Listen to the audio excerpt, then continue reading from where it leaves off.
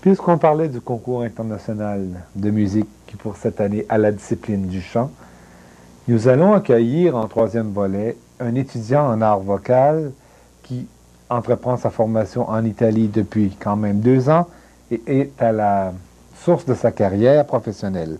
Son nom est Manrico Biscotti. L'art vocal comme tel est un instrument qui pour quelques-uns semble très simple. On pourrait vous dire que pour une personne qui est en formation, qui décide de faire du chant, elle doit avoir la même discipline qu'un athlète qui fait du sport professionnel, au niveau de la respiration, au niveau de l'entraînement physique.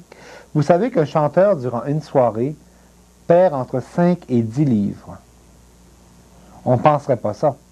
Le stress et l'énergie qui est demandée au diaphragme, aux poumons, à toute la cage thoracique, le stress, l'intensité de l'énergie pour produire la source sonore et également être capable de la produire dans ce sens qu'elle puisse rayonner et résonner dans un amphithéâtre, ça demande tout un potentiel. Ces gens-là doivent se coucher très tôt, s'abstenir d'une discipline quotidienne tant au niveau alimentaire que physique, et avant tout aussi être capable de posséder le caractère du personnage, d'avoir étudié ce genre de personnage, la source de mentalité, de philosophie du personnage, en plus de l'œuvre musicale qu'a écrit le compositeur. C'est une chose qui n'est pas évidente, vous savez. Entre chanter et faire de la musique, c'est deux mondes. Comme pour un musicien, entre jouer une pièce de musique et l'interpréter, c'en est deux. Et j'aimerais que vous ayez le plaisir d'accueillir et aussi de réserver à la musique dans votre vie à travers le témoignage de M. Biscotti, l'instant privilégié qu'elle est prête à vous accorder cette musique. Dans 20 secondes, nous allons accueillir Manrico Biscotti. S'il vous plaît, n'ajustez pas vos appareils. J'aurai changé de vêtements, mais les couleurs sont intactes.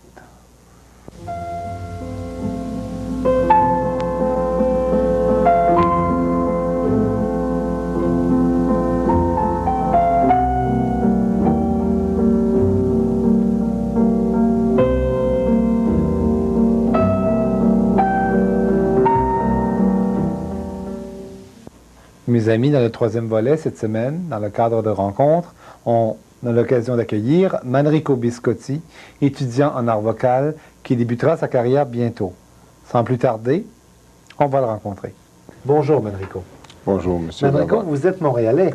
Oui, je suis de Montréal, mais mes parents sont nés en Italie, le sud de l'Italie, un petit village. Ils sont immigrés ici au Canada dans les années 50. Mon père a toujours aimé l'opéra. Il m'a donné le nom Manrico, ma sœur Gilda, l'autre sœur Aïda, et j'ai un frère Carlo. Mon père écoutait toujours Gilli. Et moi, depuis que j'étais enfant, j'ai toujours écouté avec lui les disques de tous les plus grands chanteurs, mais Gilli en plus.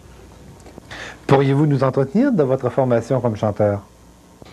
Bien, j'ai commencé ici à Montréal avec Lina Narducci, avec qui j'ai étudié pendant 3 années et demie. Presque chaque jour, c'était pas toujours facile. Puis elle m'a envoyé en Italie. Et je trouve que ça, c'est un des plus beaux dons qu'elle m'a donné. C'est une chose très rare de trouver un professeur qui te dit d'aller quelque part d'autre. En Italie, ça fait 2 ans maintenant que j'ai commencé avec Gino Becchi, le très grand baryton. Avec qui j'ai travaillé pendant 6 mois. Puis j'ai travaillé avec Arrigo Pola pendant 1 année.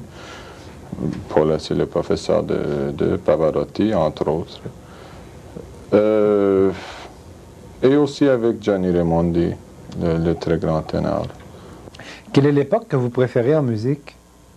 L'époque, je préfère l'époque d'opéra, la période de Giuseppe Verdi, Puccini, et j'ai une place très spéciale pour le verismo. Mais ma nature est de chanter le verismo, mais comme voix, c'est pas toujours la même chose. Pourriez-vous nous expliquer un peu que veut dire verismo? Verismo, c'est la période qui a commencé, disons, à la fin de Puccini, Leoncavallo, Mascagni, Giordano.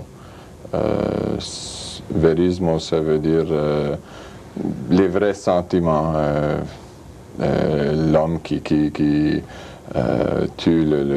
l'amant de la femme, ce type d'histoire qui se passait souvent au sud de l'Italie, et c'était même quelque chose d'honneur. Deuxièmement, les gens s'imaginent que pour un chanteur d'opéra, on arrive sur la scène, on se prépare un peu, on se réchauffe, puis on y va. J'ai l'impression que c'est un peu plus compliqué que ça. Oui, c'est beaucoup plus compliqué. J'utilise toujours Gilly comme exemple. Il a fait 7 années d'études seulement de vocalise. 40 ans de carrière. À la fin de carrière, il chantait encore Cavalleria Rusticana et Pagliacci la même soirée. Puis après, on sortait avec le piano et chantait un concert de chansons napolitaines. Et il étudiait même à la fin. Alors la technique, c'est une chose qui prend beaucoup de patience. C'est une chose simple, mais en même temps, c'est très compliqué. Il faut maturare avec les années. C'est simple parce que, disons que le mécanisme, c'est simple. Le souffle sur les cordes et l'air qui va dans les cavités devient son.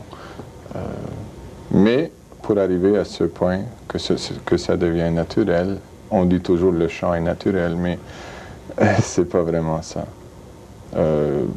Mais la technique, c'est la base de tout. C'est la chose la plus importante. Sans technique, on ne peut pas chanter. On peut chanter sur une grande nature pour peut-être 10 ans. Mais à un certain point, il faut avoir la technique. La technique, c'est la base.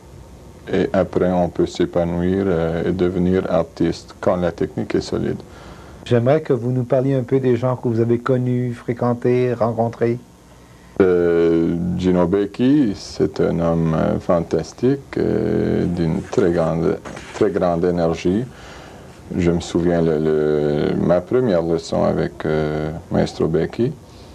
Il s'est mis par terre. Il a dit, Biscotti, viens ici un moment et mets-toi sur mon estomac ici. De monter sur De monter sur lui, oui. Et Gino Becchi a 75 ans. Et moi, je pèse un peu plus de 100 livres. Alors, j'avais un peu peur, mais je me suis mis sur lui et il s'est mis à chanter Parisiamo de Rigoletto. Il arrive le dernier sol, ça finit avec le sol. Et ça sort avec une très grande facilité. Il me dit, ça c'est le secret du chant.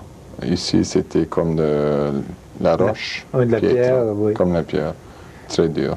Ici, il y a toujours une tension. Et la chose difficile de se relaxer, mais de toujours être en tension. C'est comme l'entraînement d'un athlète. Oui, c'est exactement ça. Il faut s'entraîner beaucoup pendant plusieurs années. Chaque jour, des vocalises, travailler avec un bon coach aussi. Après Becchi, j'ai connu Maestro Polo, Arrigo Pola, et aussi Luciano Pavarotti. J'ai chanté dans le concours international, dans les finales à Philadelphie. Avec Pola, il parlait beaucoup du passage. C'est une zone très particulière dans la voix, dans chaque voix. Pour un baryton, mi bémol, mi. Il m'a aidé beaucoup pour le passage. Madame Narducci m'avait déjà donné l'idée du passage. Le passage, pour expliquer simplement, la solution du passage, c'est un jeu un peu avec les voyelles, la A qui devient un peu haut, vers le haut. Et entre le A et le O, il peut y avoir une centaine de couleurs. Et ça me fait penser beaucoup à Madame Narducci, qui dès le commencement, elle me parlait toujours de couleurs, de penser toujours à la couleur qu'on veut, pas seulement de la note, mais c'est toujours c'est de la poésie, d'avoir des images, et pas de penser les notes, pas penser ça c'est dans l'aigu ou ça c'est le grave, mais une poésie.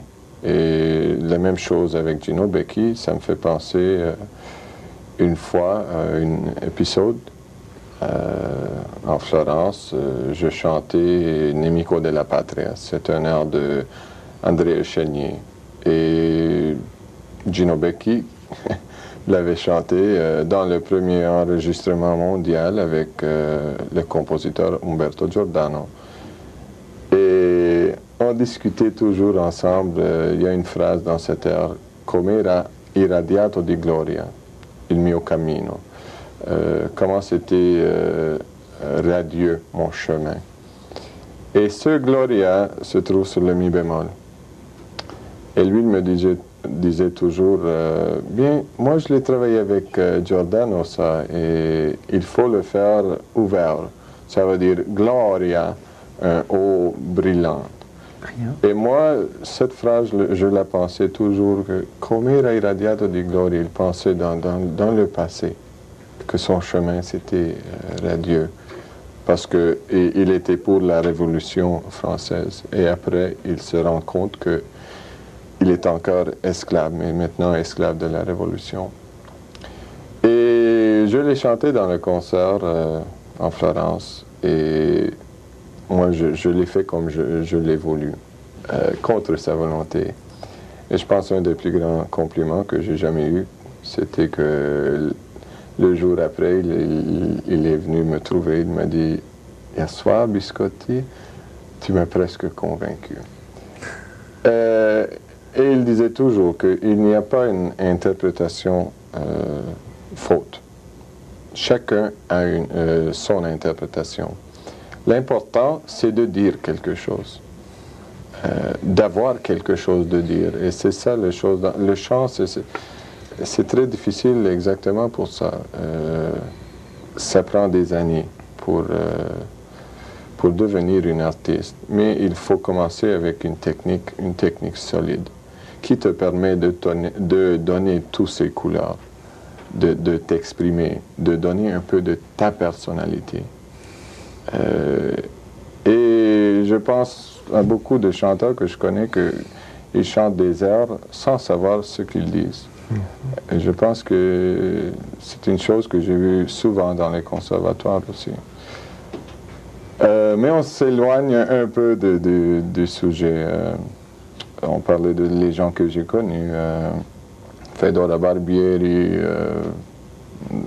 Pier Miranda Ferraro, tous des grands chanteurs. Vous avez des projets immédiats et futurs?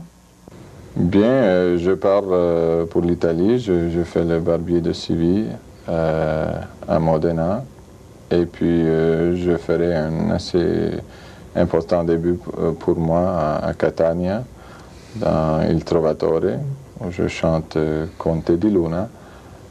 Naturellement, mes ambitions, comme tous les chanteurs, je pense, c'est de chanter dans les plus grands théâtres de la scène lyrique. Mais j'ai beaucoup de patience. Des gens comme Corelli et Tita Ruffo, ils ont attendu 18 ans avant de chanter à la Scala. Et je pense que la patience est un de mes grands attributs. Et de ma femme aussi, j'en suis sûr. Manrico, une personne comme vous, ça a aussi des loisirs. Oui, certainement. Oui. J'ai joué du baseball pendant 15 années dans la Ligue junior de Montréal comme lanceur. J'ai eu un essai avec les Expos. joue le football, le golf, c'est peut-être mon sport favori maintenant. J'aime beaucoup marcher dans les bois, faire de la chasse. Je pense que c'est important aussi, retournant dans le champ, cette activité physique aussi, la respiration, qu'on n'a pas eu le temps d'en parler aujourd'hui, mais c'est le secret du chant. Et je veux remercier toujours Mme Narducci qui m'a toujours donné le sens que chanter, c'est faire de la musique. C'est de rendre quelque chose, un message, de donner quelque chose de soi-même. Eh bien voilà, chers amis. Monsieur Viscotti, je vous remercie. Merci. Et je remercie l'équipe technique, je remercie le réalisateur et vous d'être là chaque semaine pour m'accueillir. Une très agréable semaine. À la prochaine. Bonjour.